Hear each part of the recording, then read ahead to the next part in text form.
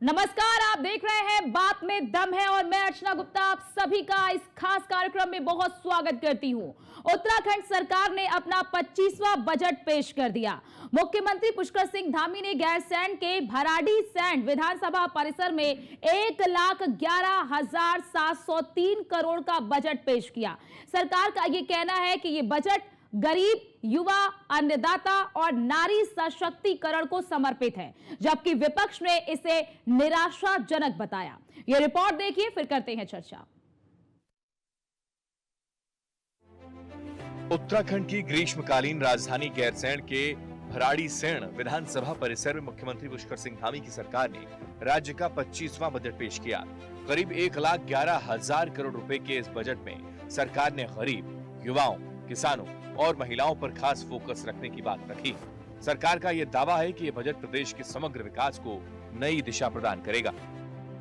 आदरणीय अध्यक्ष जी, इस बजट का मुख्य उद्देश्य नई सोच और नवाचार के साथ लोक सहभागिता को प्रोत्साहित कर न्यायपूर्ण व्यवस्था स्थापित करते हुए गांव व शहर को उन्नत बनाकर और तीव्र विकास द्वारा आत्मनिर्भर उत्तराखंड की अवधारणा को चरितार्थ करते हुए आर्थिक शक्ति के रूप में स्थापित होना, समावेशी विकास सुनिश्चित करना।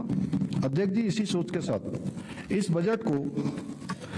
बजट को आगामी अंशों में अंग्रेजी भाषा के 8 अल्फाबेट्स SANTULAN संतुलन यानी समावेशी, आत्मनिर्भर, नई सोच, तीव्र विकास, उन्नत गांव एवं शहर, लोक सहभागिता, आर्थिक शक्ति और न्यायपूर्ण व्यवस्था से समझाने का विनम्र प्रयास किया है।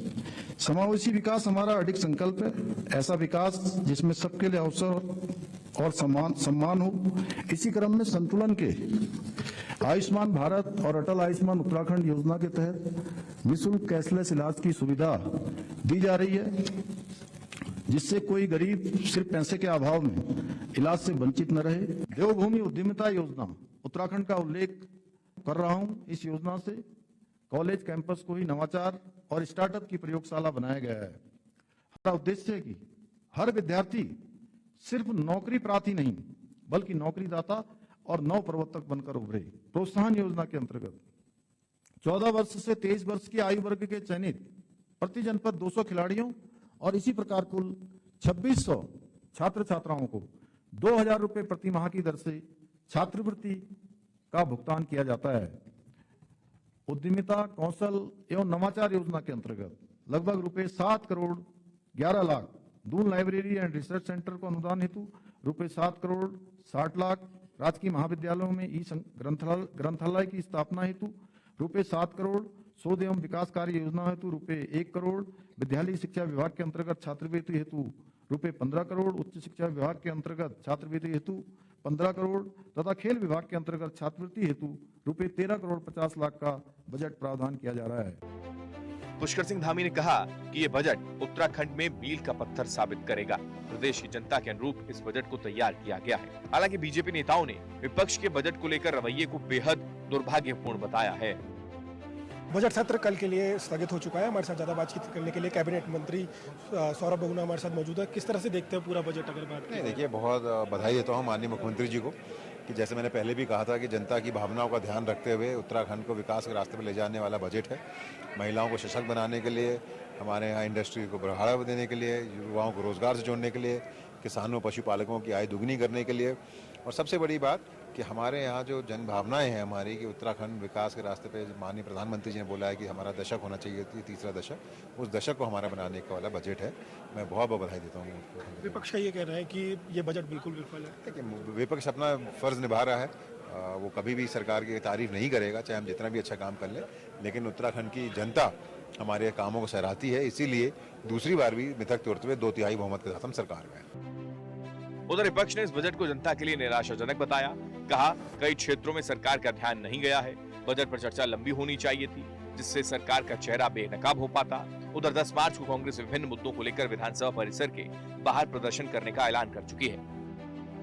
मुख्यमंत्री पुष्कर सिंह धामी ने 2026-27 का बजट विधानसभा पटल पर रख दिया है। हमारे साथ ज़्यादा बातचीत करने कांग्रेस के वरिष्ठ विधायक काजी निजामुद्दीन हमारे साथ मौजूद है। सर, किस तरह से बजट देखते हैं, खासतौर पर सरकार का जिस तरह से कहना है कि युवाओं के लिए, महिला कल्याण के लिए, आपको कैसे तरह लगता है कि कितना विकास हो पाएगा? उत्तराखंड का राज्यपाल का अभिभाषण और उसका बजट जो राज्यपाल का अभिभाषण है उसका जो दृष्टि है उसकी वो बड़ी एकदम ओवरहाइप्ड होती है। फिर उसका जो अभिभाषण है वो उपलब्धियां बोलता है, बहुत उपलब्धियां बोलता है, और जो कैग की रिपोर्ट है वो सारा विरोधाभास जनता का दूर कर देती है। और इनका इतनी आप समझिए कि 1/4 पैसा अगर हमारा कर्जे में लौटेगा, होगा क्या? हम पूरी तरह केंद्र पर हम निर्भर हैं। 20% हमारा केंद्रीयांश पर हम निर्भर हैं, 20% हम जो हैं सेंट्रल टैक्सेस पर हम निर्भर हैं। जो केंद्र से हमें मिलना है, सिर्फ हमारे पास हमारा 24% के लगभग हमारा राज्य का हिस्सा है। तो हमारी तो आर्थिक स्थिति इस प्रदेश की बहुत दयनीय है इस समय। रुपया आएगा कहाँ से, सवाल ये खड़ा होता है। जो हमारे जीएसटी के रीइंबर्समेंट हैं वो ख़त्म हो गया। जो हमें 15वें वित्त आयोग से 28,000 करोड़ रुपया 5 साल में मिला वो ख़त्म हो गया, अब वो नहीं मिलेगा। अब हमारी जो स्टेट गवर्नमेंट को जो 16वें वित्त आयोग ने जो अपने मानक रखे हैं वो पर कैपिटा इनकम जिसकी ज़्यादा होगी उस स्टेट को कम मिलेगा, जिस स्टेट को क्या जोग्राफिकली छोटा होगा उसको कम मिलेगा, जिसकी पॉपुलेशन कम होगी उसको कम मिलेगा। तो हमें जो सेंट्रल ग्रांट्स हैं वो कम हो रही हैं, तो फिर ये पैसा आएगा कहाँ से? फिर बार बार ये लोन ले रहे हैं और लोन लेने में 1/4 पैसा हमारा उसमें जा रहा है, और सिर्फ हमारा 12% जो पैसा है, धन है, वो सिर्फ विकास कार्यों के लिए है। अब उस 12% में कितनी धन की प्राप्ति उत्तराखंड सरकार कर पाएगी ये उसके ऊपर निर्भर है। बजट में कोई व्यवस्था नहीं की गई। महंगाई कैसे कम होगी उसमें कोई प्रावधान नहीं किया गया है। नौजवान साथियों को रोजगार कैसे मिलेगा उसमें कोई प्रावधान नहीं किया गया है। किसान क्या दुगना कैसे होगी इस पर भी बजट मौन है। मानव वन्य जीव संघर्ष हो रहा है, इसे कैसे कम करेंगे इसके लिए क्या उपाय, कोई व्यवस्था नहीं की गई। देवी आपदा प्रबंधन में कैसे संवेदनशीलता दिखाई जाएगी, कोई व्यवस्था नहीं की गई है। तो मैं ये कह सकता हूँ कि महंगाई अपने चरम पर है, बजट का आकार बड़ा है, तो भाई महंगाई भी तो बड़ी है। ये ऐसी सरकार है, एक हाथ से देती है, दोनों हाथों से लूटने का काम करती है। देखिए, बजट तो अभी पढ़ने के बाद जब एक बार पूर्ण रूप से उसका विश्लेषण कर लिया जाएगा तभी कुछ कह सकता हूँ। लेकिन बजट जो भी आया है वो फिलहाल तो मुझे देखने में ऐसा लगता है कि कोई पुराना घिसा पिटा बजट है, थोड़ा बहुत बदलाव किया गया है। ये पुरानी गाड़ी है, पेंट करके दोबारा से लेके आए हैं। तो अब देखना है कि जनता के हित का कितना है। आम जो खास तौर पे बेरोजगारों के लिए जो स्वरोजगार की योजनाएं हैं उनसे कितना प्रभावित हो रहे हैं, कितना उनको स्वरोजगार उपलब्ध कराए जाने के लिए कदम उठाए जा रहे हैं। इसके अलावा टूरिज्म पर जो है, पर्यटन जो है, उस पर कितना काम किया गया, क्योंकि हम लोग जो हैं वो पर्यटन राज्य हैं, तो हमें ज़्यादा काम पर्यटन के ऊपर करना है। तो बहुत सारी चीज़ें हैं, अब विश्लेषण करने के बाद ही कुछ बता पाऊंगा कि क्या है। सत्र की अवधि को लेकर जिस तरह से कांग्रेस, देखिए, पहले तो बजट पेश करते हैं, जिस दिन अभिभाषण होता है उस दिन बजट पेश नहीं होता। बजट किया ये गलत अवधारणा डाल रहे हैं, ये अधिकारी भी जो करा रहे हैं गलत करा रहे हैं। ऐसा ना उत्तर प्रदेश में हुआ ना उत्तराखंड में हुआ। धामी सरकार ने अब तक का सबसे बड़ा बजट पेश किया है, जिसमें पर्यटन, अवसंरचना, शिक्षा, स्वास्थ्य और रिवर्स माइग्रेशन पर विशेष जोर दिया गया। बजट से 2027 विधानसभा चुनाव के लिए सियासत भी शुरू हो चुकी है। ये मौजूदा सरकार का आखिरी बजट है और ऐसे में विपक्ष प्रदेश के ज्वलंत मुद्दों के साथ साथ बजट पर भी सरकार को घेरने का कार्य कर रहा है।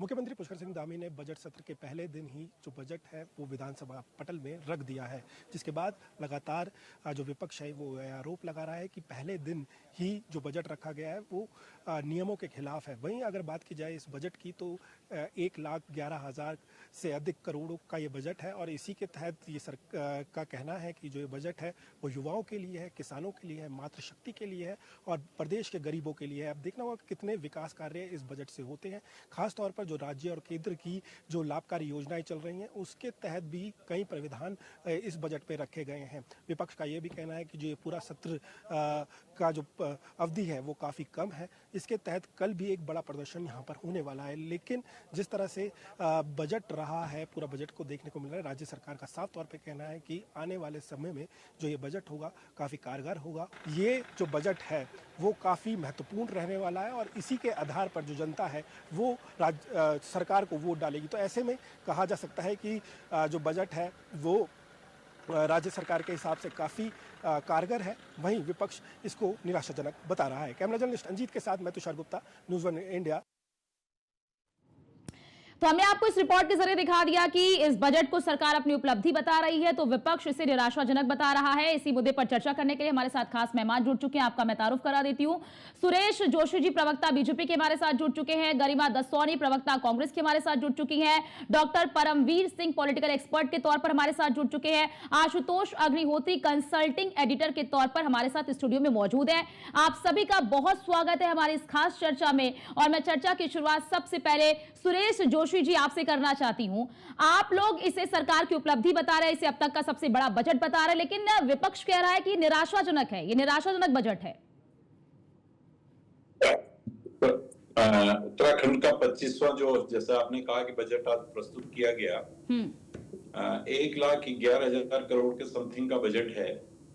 मैं सबसे पहले माननीय मुख्यमंत्री जी को, जो वित्त मंत्री भी हैं, उनको बहुत बहुत धन्यवाद देता हूँ, बधाई देता हूँ कि उन्होंने इस बजट में प्रदेश के सभी वर्गों का, सभी संस्थानों का ध्यान रखा है। और साथ ही साथ जो है कि जो पूरा एक उत्तराखंड है, जिस तरह से उत्तराखंड की टोपोग्राफी है, चाहे पहाड़ है, मैदान है, युवा है, महिला है, किसान है, वो सब को एक मिला करके एक संतुलित मैं कह सकता हूँ कि बजट है। और इस बजट में वो सारी योजनाएं जिनकी प्रदेश को आवश्यकता है और जिनका लाभ प्रदेश के लोगों को मिलेगा, उस सभी को इसमें समायोजित भी किया गया है। और इस बजट में 10% की बढ़ोतरी भी है। विगत वर्ष का जो बजट था उससे 10% की बढ़ोतरी भी है। और साथ ही साथ सरकार ने ये भी बताया है कि हमने इन विगत वर्षों में पर कैपिटा इनकम जहां 1,94,000 के लगभग थी, उसको 2,73 तक पहुंचाया है। और साथ ही साथ जो गवर्नमेंट के रेवेन्यूज हैं उनमें भी बढ़ोतरी हुई है, यानी हम लोग आमदनी भी सरकार की बढ़ाई है। और जब आमदनी बढ़ती है तो निश्चित तौर पर खर्चे भी बढ़ते हैं। तो अगर आप सेक्टर वाइज अगर आप देखेंगे तो जो मूल सेक्टर होते हैं, जैसे अगर हम अटल आयुष्मान योजना की बात करें, स्वास्थ्य से रिलेटेड है। और ये एक ऐसा प्रदेश है कि जिस प्रदेश में हर नागरिक को स्वास्थ्य की सुविधा प्रदान है 5 लाख रुपए तक की। तो उसमें हमने 600 करोड़ का प्रोविजन उस बजट में हम लोगों ने किया है। और उसके साथ साथ हम सेल्फ एम्प्लॉयमेंट की बात करते हैं, जो स्वरोजगार की हम बात करते हैं, क्योंकि सरकारी सेक्टर में जितना हम लोग रोजगार दे पा रहे हैं वो तो दे ही रहे हैं, लेकिन कैसे हमारा प्रदेश का पर्यटन बढ़े, कैसे हमारे युवाओं को रोजगार मिले, कैसे हमारे किसानों की समृद्धि हो, उस पर भी जो है कि अगर मैं खाली सेल्फ एम्प्लॉयमेंट की बात करूं, रोजगार मिलने वाली बात करूं, तो विगत वर्ष का जो बजट है उस बजट की तुलना में लगभग 22% की उन योजनाओं पे, जो योजनाएं सेल्फ एम्प्लॉयमेंट से जुड़ी हुई योजनाएं हैं, उन योजनाओं में सरकार ने पैसा दिया है। और साथ ही साथ जैसे आपने देखा होगा कि विगत वर्षों में पर्वतीय क्षेत्रों में जो हमारा मानव संसाधन था, उस मानव संसाधन को या मानव को जो है जिस तरह से वन्य जीव जंतुओं के द्वारा नुकसान पहुंचाया गया, उस पर हमले किए गए, तो उसके लिए भी सरकार ने इस बार प्रोविजन किया है कि भाई उन जनपदों में उसके केंद्र खोले जाएंगे और कैसे जो है कि जो वन्य जंतुओं का जो संघर्ष है उसको कैसे दूर किया जाएगा, उस विषय पर भी हम लोगों ने काम किया है। ठीक है। और उसी तरह अगर मैं उन बड़े सेक्टर्स पर आता हूँ कि जो पीडब्ल्यूडी विभाग हमारा है, हमारा सिंचाई विभाग है, हमारा पेयजल है, इन सारे विभागों के बजटों में बहुत बड़ी मात्रा में बढ़ोतरी की गई है, जो सब लोगों से जुड़े हुए विषय हैं। अगर आप इस पूरे बजट को देखेंगे तो इस बजट में जो समूचा उत्तराखंड है, उस समूचे उत्तराखंड के लिए काम किया गया। और विशेष करके जैसे मैं महिला सशक्तिकरण और ये इसके बारे में बात करूं, तो विगत वर्ष का जो बजट लगभग 16,000 करोड़ का था, उसको बढ़ा करके लगभग 19,000 करोड़ रुपए का, उसमें भी बढ़ोतरी। यानी आप इसे समग्र बजट कह रहे हैं। अगर इसे संक्षिप्त में माना जाए तो सुरेश जी, आप इसे समग्र एक तरह से बजट कह सकते हैं, जिसमें आपने हर चीज को समाहित करने की कोशिश की है। हर चीज को इसमें शामिल करने की कोशिश की है। गरिमा दसौनी जी हमारे साथ जुड़ी हैं, प्रवक्ता है कांग्रेस की। गरिमा दसौनी जी, आपने सुना सुरेश जी को, वो कह रहे हैं एक संतुलित बजट है, इसे संतुलन बजट का नाम ही दिया गया है, हर चीज को इसमें शामिल किया गया है, फिर आप लोग इसे निराशाजनक बजट क्यों बता रही हैं? मेरे पास रीजंस है मैम ये कहने के लिए, क्योंकि सबसे पहले तो जो 4 साल बेमिसाल का ये लोग नारा दे रहे हैं, तो मैं आपको बताना चाहती हूँ कि 4 साल बेमिसाल नहीं, ये 4 साल घोटालों की मिसाल रहा है धामी सरकार की। और अगर हम कह रहे हैं कि बजट जो है सिर्फ आंकड़ों का भ्रमजाल है, उत्तराखंड की जनता को भूल भुलैया में आंकड़ों के फंसाया जा रहा है, वो इसलिए क्योंकि आप बजट का आकार चाहे कितना बड़ा कर लीजिए, आज आपके पास कारण नहीं है बताने का कि लगभग 1 लाख करोड़ का कर्ज उत्तराखंड पर हो गया है। तो 1 लाख करोड़ का कर्ज मतलब आप समझती हैं, रोजगार का सृजन नहीं हो रहा है, आमदनी लोगों की बढ़ नहीं रही है। आपने बजट का आकार तो बढ़ा दिया, लेकिन ये आर्थिक चिंता का विषय है कि यहाँ पैदा हुआ बच्चा अपने सर पर जो है वो कर्ज लेकर पैदा हो रहा है, तो उसके लिए क्या कर रही है सरकार? और आप कह रहे हैं 4 साल बेमिसाल। मैं पूछना चाहती हूँ कि ये जो भूतहा हो रहे गांव पलायन के लिए आप क्या कर रहे हैं? क्या ये मिसाल है 4 साल के इनके सुशासन की? महिला अपराध, अभी कल की घटना आपने सुनी होगी, दिल्ली की एक महिला यहाँ आई नैनीताल घूमने के लिए, रात भर नंगे पैर जंगलों में छुपती रही क्योंकि कैब ड्राइवर उसकी अस्मिता लूट रहा था। अपनी इज्जत बचाने के लिए वो रात भर नैनीताल के जंगलों में रही और नंगे पैर रही। वो क्या संदेश लेकर दिल्ली गई होगी? ये आलम हो गया। यहाँ सरेआम सुबह दिन, सुरेश जोशी जी मेरी बात पर मोहर लगाएंगे, सरेआम यहाँ मच्छी बाजार में देहरादून में चापड़ से गला दिया एक 19 वर्षीय बच्ची का। एक बच्ची को एम्स ऋषिकेश में दिन दहाड़े गोली से उड़ा दिया, एक बच्ची को विकासनगर में मार दिया। तो महिला सुरक्षा के लिए क्या ठोस रणनीति है? पलायन के लिए क्या ठोस रणनीति है? भर्ती घोटाले हो रहे हैं, परीक्षा प्रश्न पत्र लीक हो रहे हैं और कोई ठोस रणनीति आपके पास बेरोजगारी को कम करने के लिए नहीं। पूरे देश से ज्यादा बेरोजगारी है उत्तराखंड की। और किसानों के लिए क्या है? महंगे बीज खरीद रहा है, महंगे उपकरण खरीद रहा है, महंगी खाद खरीद रहा है। कृषि पर आधारित उद्योगों के लिए इनके पास रणनीति नहीं, न्यूनतम समर्थन मूल्य कोई स्पष्ट नहीं। और गौरा देवी नंदा देवी जिस पर ये इतरा रहे हैं वो हरीश रावत सरकार की देन है। तो कुल मिलाकर बिल्कुल दिशा विहीन बजट है। और कहीं ना कहीं जैसा कि अभी मेरे माननीय पूर्व अध्यक्ष प्रीतम सिंह जी ने कहा कि जंगली जानवर और मानव का जो संघर्ष है वो इतना बढ़ गया है मैडम अर्चना जी की कोई समाचार पत्र या कोई सुबह नहीं होती जब हम ये नहीं पढ़ते कि गुलदार ने, जंगली सुअर ने, जंगली भालू ने, जंगली शॉल ने किसी ना किसी हमारे ग्रामीण महिला को, बुजुर्ग को या उसके दूध मुहे बच्चे को, दूध पीते बच्चे को निवाला ना बना लिया हो। क्या कर रही सरकार? जंगलों में इतनी वनाग्नि फैली हुई है, कोई रणनीति नहीं। आपदा के लिए, आपदा से तो चोली दामन का साथ है ना, जिक्र किया था ना गरिमा जी, आपदा के लिए क्या इतना संवेदनशील इलाका है हमारा? धामी ने इस बात का भी जिक्र किया तो आज सदन में वन्य जीव संघर्ष को लेकर भी उन्होंने जिक्र किया, वनाग्नि को लेकर भी उन्होंने जिक्र किया, उन्होंने आपदा की वजह से जो क्षतियां हुई हैं उनका भी जिक्र किया। केवल जिक्र काफी नहीं होता ना अर्चना जी, केवल आप गाल बजाते रहें, जुबानी जमा खर्च करते रहें बजट पढ़ते समय, लेकिन आपकी जो रणनीति है अगर वो धरातल पर नहीं दिख रही है, अगर वो ग्राउंड जीरो पर नहीं दिख रही है। मैं आपसे कह तो रही हूं, पिछले फरवरी का महीना इतना हमारे लिए खराब गया है कि हमारे वहां लाशें बिछ गई। हमारे वहां देहरादून में जहां मंत्री, संतरी, राज्यपाल, मुख्यमंत्री सब हैं देहरादून में, अपराधियों के मंसूबे आप सोचिए। कोई गैस सिलेंडर जो गैस एजेंसी संचालक है 42 इयर्स का, उसको मौत के घाट सुबह 10 बजे उतार दे रहे। तो कोई इनके हिसाब से, सरकार के हिसाब से कोई गैंगस्टर था, उसको दिन दहाड़े वो जिप कर रहा था सिल्वर सिटी में, उसको मौत के घाट उतार दिया। पूरा फरवरी का महीना सिर्फ मौतें सुनी है और कुछ नहीं। तो ये जिक्र करने से, वनाग्नि, आप मुझे बताइए, वनाग्नि में जो लोग हताहत होते हैं, कभी भी सुबोध उनियाल वन मंत्री के तहत, वन मंत्री है सुबोध उनियाल, हमने किसी के घर जाकर शोक संवेदना तक जताते सुबोध उनियाल को नहीं देखा। और यहाँ वन महकमे में इतना भ्रष्टाचार व्याप्त है। उद्यान घोटाला गणेश जोशी का मामला है जिसमें विजिलेंस जो है वो जांच की मांग कर रही है, लेकिन जांच के लिए कैबिनेट जी, मुझे लगता है कोई ऐसी सरकार नहीं है जिसमें भ्रष्टाचार ना हो। आप हमारे साथ बनी रहिए, मैं आपसे जवाब लूंगी सुरेश जी, लेकिन आशुतोष जी भी हमारे साथ स्टूडियो में मौजूद है, कंसल्टिंग एडिटर है। आशुतोष जी, गरिमा जी कह रही हैं कि बस आंकड़ों के भ्रमजाल में जनता को फंसाया जा रहा है आज के बजट को लेकर। नहीं, मैं केवल एक गरिमा जी से सवाल जरूर पूछूंगा कि 9 नवंबर 2000 को उत्तराखंड बना और उसके बाद से अब तक 11 मुख्यमंत्री रहे। आपकी पार्टी के भी रहे, नारायण दत्त तिवारी जी रहे, हरीश रावत जी रहे, तीरथ सिंह रावत जी रहे, कई लोग रहे हैं।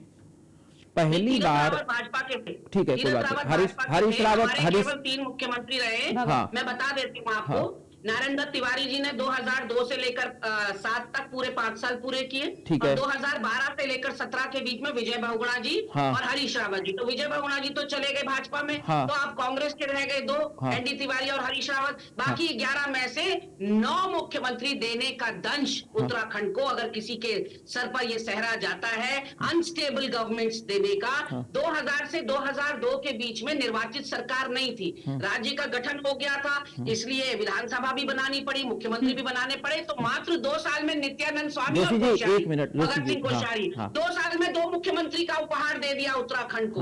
और राजधानी दी नहीं। 3 राज्य, आपको याद होगा कंसल्टिंग एडिटर जी, कि 3 राज्य एक साथ बने थे। बाकी 2 राज्यों के पास उनकी राजधानी है, हमारे पास नहीं है। पहली सरकार भाजपा की थी। मैं उसी मुद्दे पे आ रहा हूँ, आगे सुन लीजिए। लेकिन हमारी राजधानी हमको नहीं दी। आगे सुन लीजिए जी। 9 नवंबर 2000 को उत्तराखंड राज्य बनता है और उसके बाद से अब तक जो आपने बताया 11 मुख्यमंत्री हो गए। उत्तराखंड ने कभी भी किसी भी सरकार को रिपीट नहीं किया। एक सरकार आपकी रही, उसके बाद बीजेपी की आ गई, फिर आपकी रही, फिर बीजेपी की आ गई। 10 साल का समय इस बार मिला भारतीय जनता पार्टी की सरकार को। मैं ये नहीं कह रहा हूं कि भारतीय जनता पार्टी ने वहां बहुत अच्छा काम कर दिया, और मैं ये भी नहीं कह रहा हूं कि उन्होंने 4 चांद लगा दिए। लेकिन सवाल यही है, जो आपने एक सवाल कहा कि लोगों के ऊपर कर्ज है, तो कर्ज तो हमारे पूरे देश के ऊपर है। आजादी के समय से लेकर के और आज तक की अगर बात की जाए, हम कहां से और कहां तक पहुंच गए, जिम्मेदार तो उसके लिए सरकारें हैं ना सब। केवल एक सरकार को दोष नहीं दिया जा सकता। अगर आपकी सरकार में रामराज हो गया होता तो निश्चित रूप से सरकार वहां पर चेंज नहीं होती और भाजपा की सरकार नहीं आती। और भाजपा ने अगर बहुत अच्छा कर दिया होता तो फिर आपको मौका नहीं मिलता। मौका तो सबको मिला। उत्तराखंड की जनता ने मौका तो सबको दिया, लेकिन उस मौके को आप जनता की अपेक्षाओं पर अगर पूरी तरह से ले जाते सही होता तो मुझे नहीं लगता यह स्थिति होती। और धामी सरकार के लिए पिछली बार में चुनौती हो गई थी।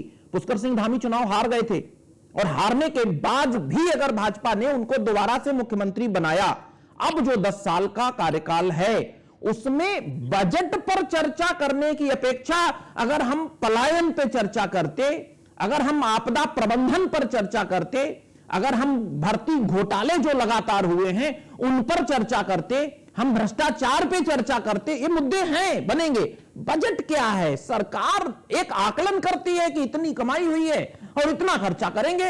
अब देखा जाए 2023-24 में 52,748 करोड़ का बजट था।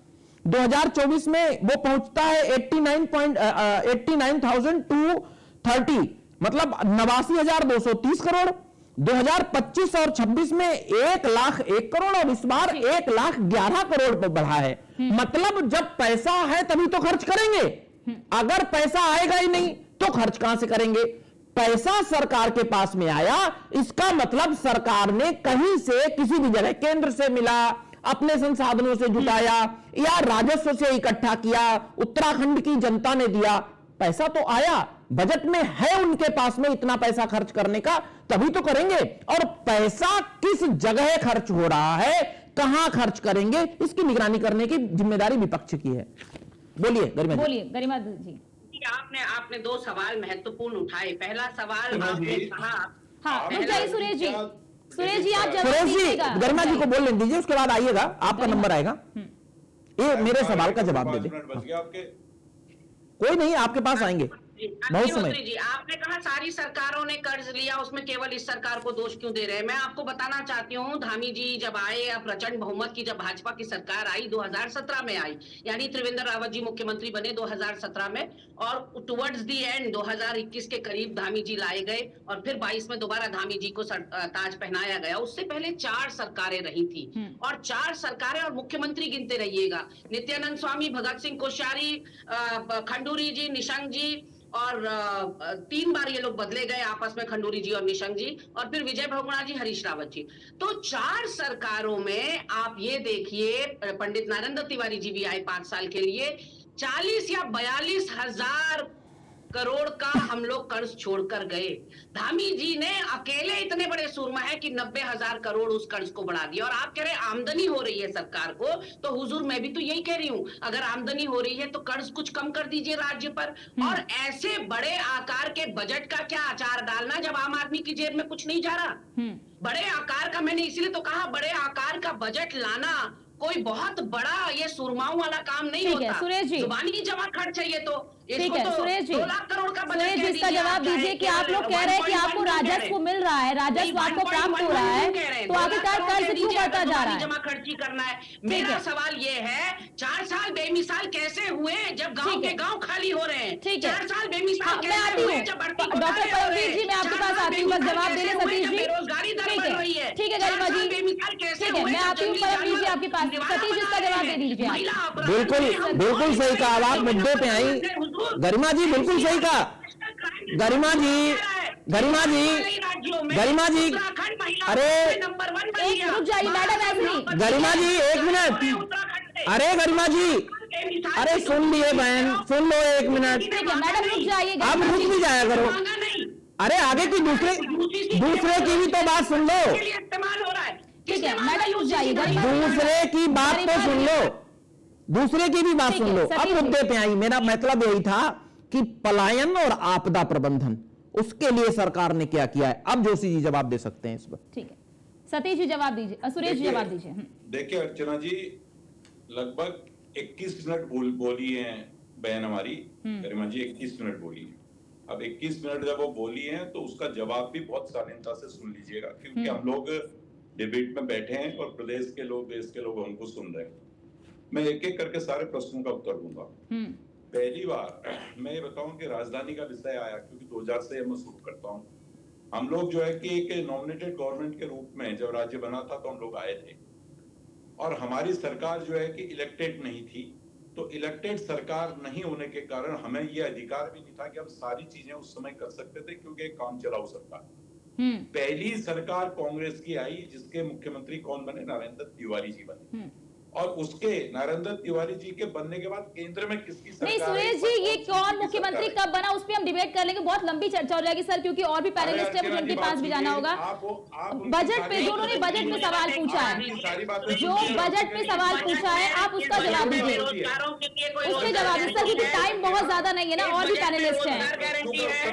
हाँ बोलिए, रुक जाइए मैडम, रुक जाइए Garima ji, please I request you Garima ji, I request you Garima ji please, इस बजट में I request you Garima ji please, ठीक है बोलिए सुरेश जी बोलिए, बजट पे कौन कहा मुख्यमंत्री रहा उस पर डिबेट कर लेंगे, बोलिए।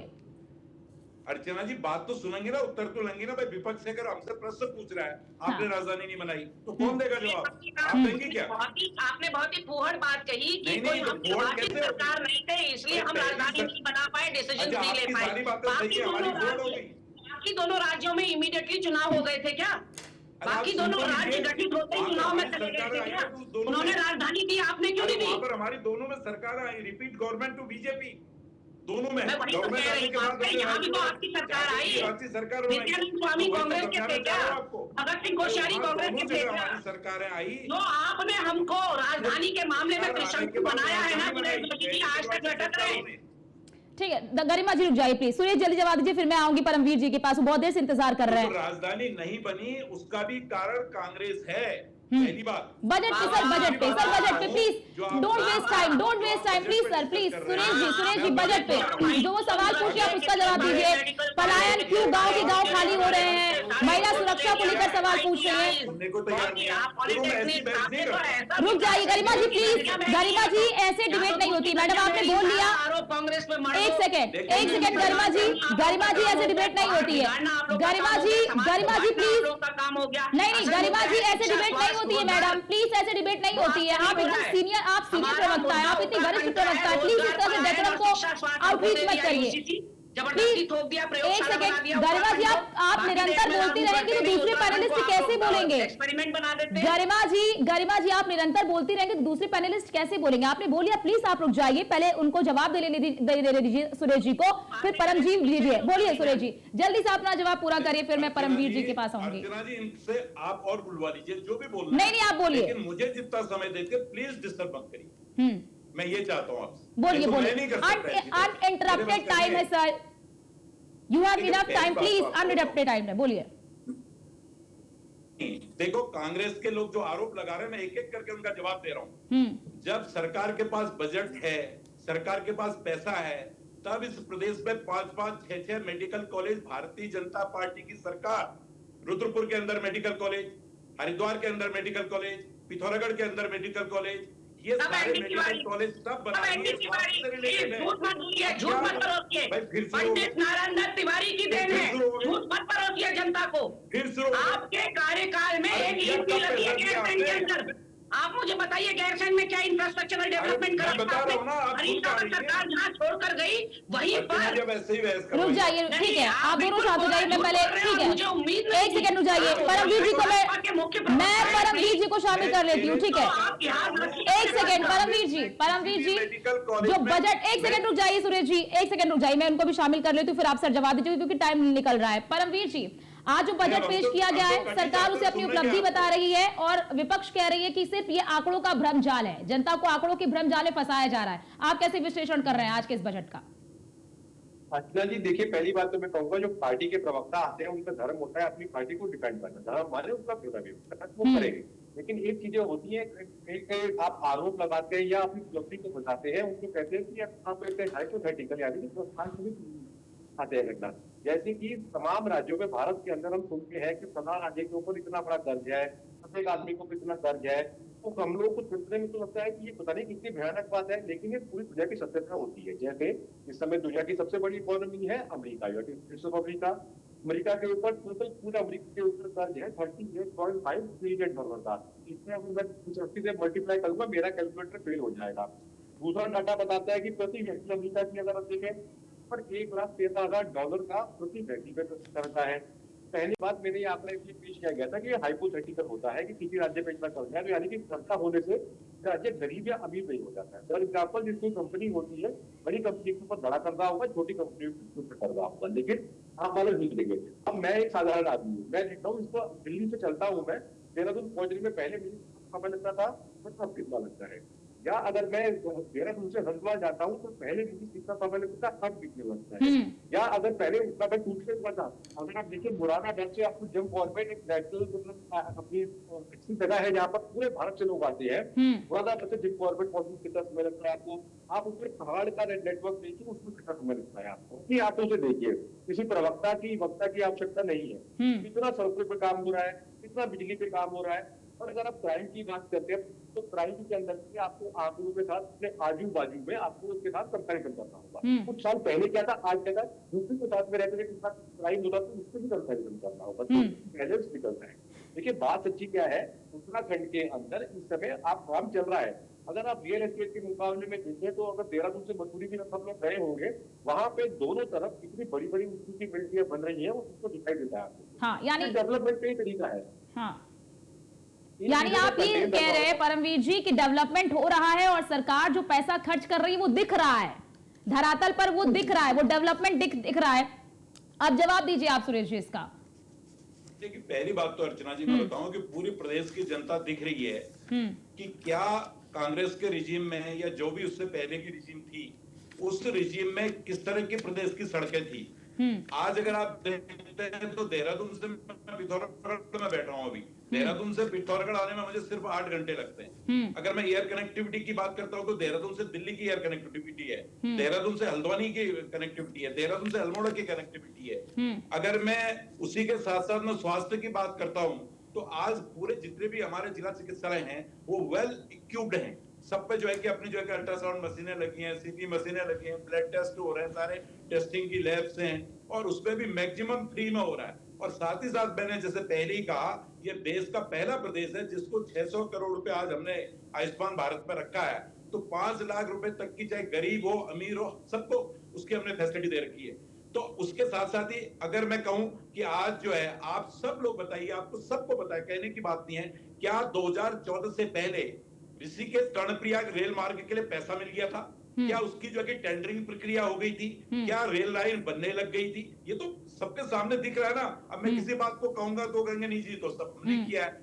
तो आज नहीं, वो पलायन को पूछ रही है ना कि अगर आप कह रहे हैं कि आप इंफ्रास्ट्रक्चर को मजबूत कर रहे हैं, आप प्रदेश में रोजगार ला रहे हैं, तो फिर पलायन क्यों हो रहा है?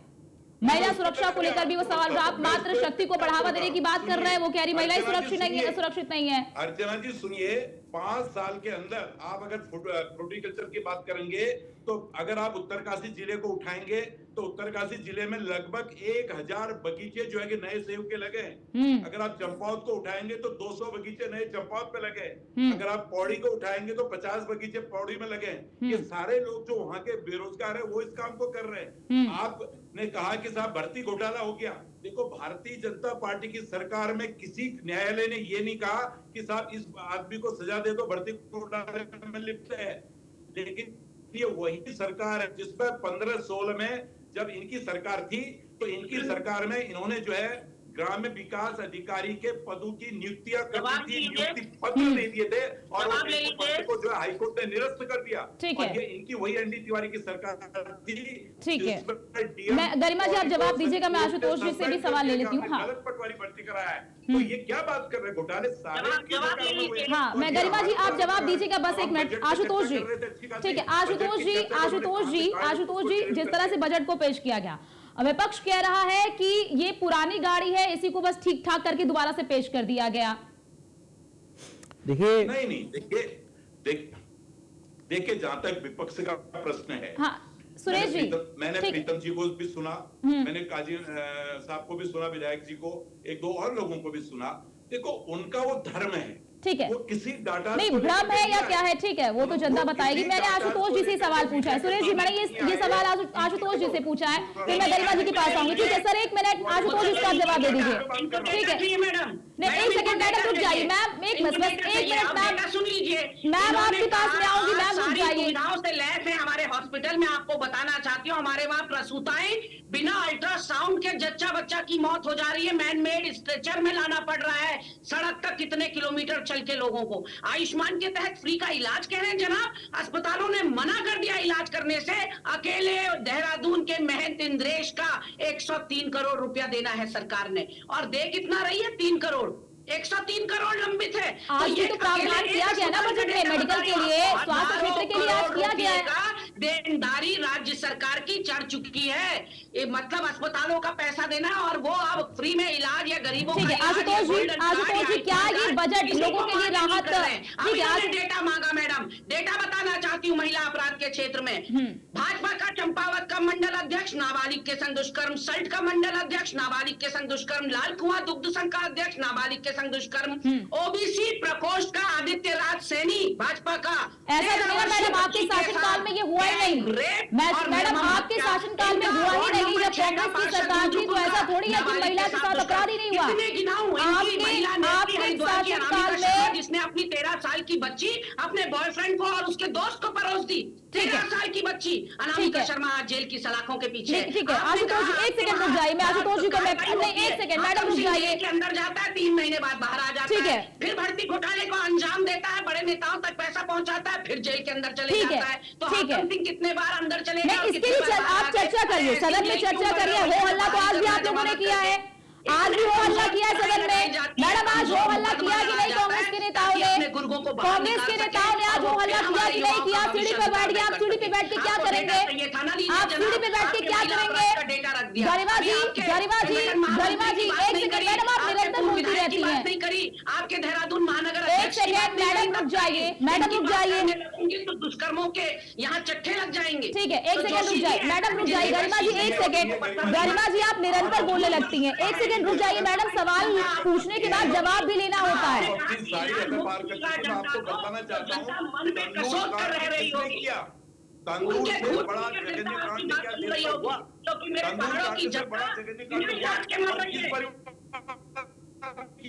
आपके गांधी परिवार से लगे हुए लोगों ने तंदूर कांड किया, उससे बड़ा जघन्य कांड कोई हुआ? आप महिला अत्याचार की बात करती है, आपकी पार्टी के अंदर जितना महिला अत्याचार यहाँ बजट में चर्चा हो रही है, यहाँ परिवार की बात हो रही है। ठीक है, आप भी तो आप बजट पे भी चर्चा नहीं करें ना आशुतोष जी। एक सेकंड रुक जाइए, दोनों की आवाज प्लीज, एक सेकंड मैडम रुक जाइए।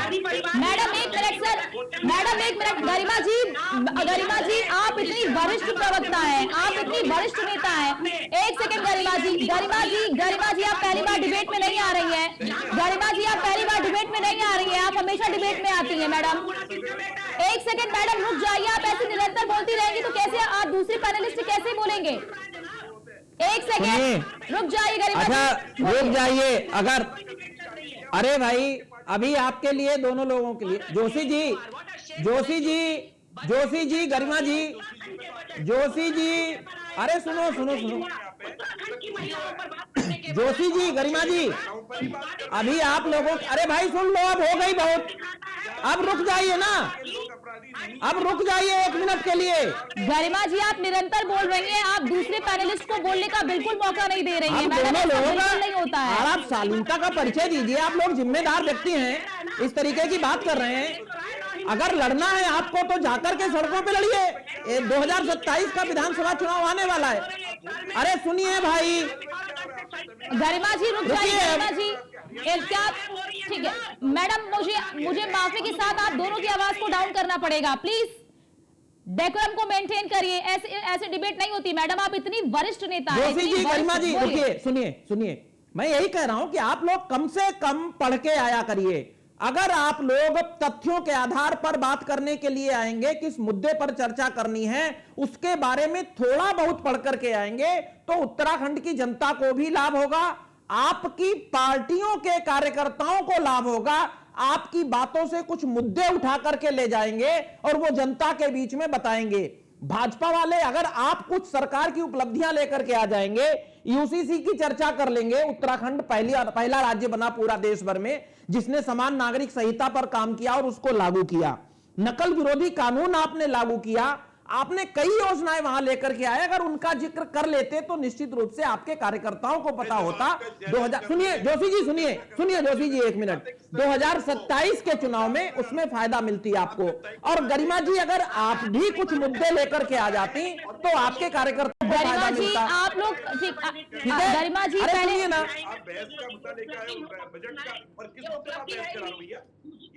गरिमा जी आप जवाब नहीं सुनना चाहती, मुझे लग रहा है आप मूड बनाकर आई हैं कि मैं बोलूंगी और दूसरे को बोलने नहीं दूंगी, मैं सवाल पूछ लूंगी, मैं जवाब नहीं सुनूंगी।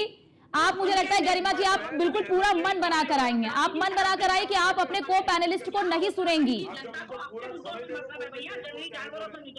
वनाग्नि से निजात दिला दो, बेरोजगारी से निजात दिला दो, महिला सुरक्षा मैडम गरिमा जी की आवाज डाउन कर दीजिए प्लीज, गरिमा जी की आवाज डाउन कर दीजिए, सुरेश जी की भी आवाज डाउन कर दीजिए। मुझे माफी के साथ आप दोनों की आवाज डाउन करनी पड़ रही है गरिमा जी। गरिमा जी मुझे लगता है आपने क्या बजट को नहीं देखा? अगर आपने बजट को देखा होता तो आपको पता होता कि वनाग्नि के लिए क्या सरकार कर रही है, महिला सुरक्षा के लिए सरकार ने क्या प्रावधान रखा है, स्वास्थ्य के क्षेत्र में सरकार ने क्या प्रावधान इस बजट में रखा है। मुझे लगता है आपने बजट को देखा ही नहीं है।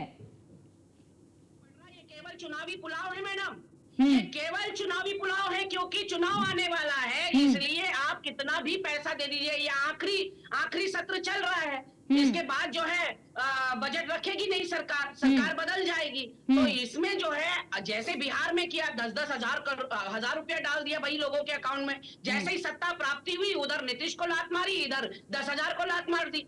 बंद हो गई वो योजना। तो कितने भी पैसे अब ये एलोकेट कर ले, स्मार्ट सिटी के लिए भी हमको जो पैसा मिला था, आपकी जानकारी के लिए बता दूं, 500 करोड़ रुपया वापस ले लिया केंद्र सरकार ने। उदासीनता के चलते उन्होंने कहा हमको कार्य प्रोग्रेस पे नहीं दिख रहा, देहरादून स्मार्ट सिटी नहीं बन रही, हम 500 करोड़ वापस ले रहे हैं। तो वैसे ही इसमें जो बजट में प्रावधान किया गया है, इसको खर्च करने के लिए समय कहाँ है सरकार के पास? तो मुझे ये बजट के आंकड़े देहरादून आप 6 महीने में तो हमारे वहाँ से आचार संहिता लग जाएगी। गरिमा ये जी, बजट का पैसा अटल पे पिछले 9 सालों में जो काम नहीं हुआ, जंगली जानवर और मानव संघर्ष को रोकथाम नहीं लगा पाई धामी सरकार। आप चाहती है मैं इस पर विश्वास कर लूं कि अगले 6 महीने में हो जाएगा?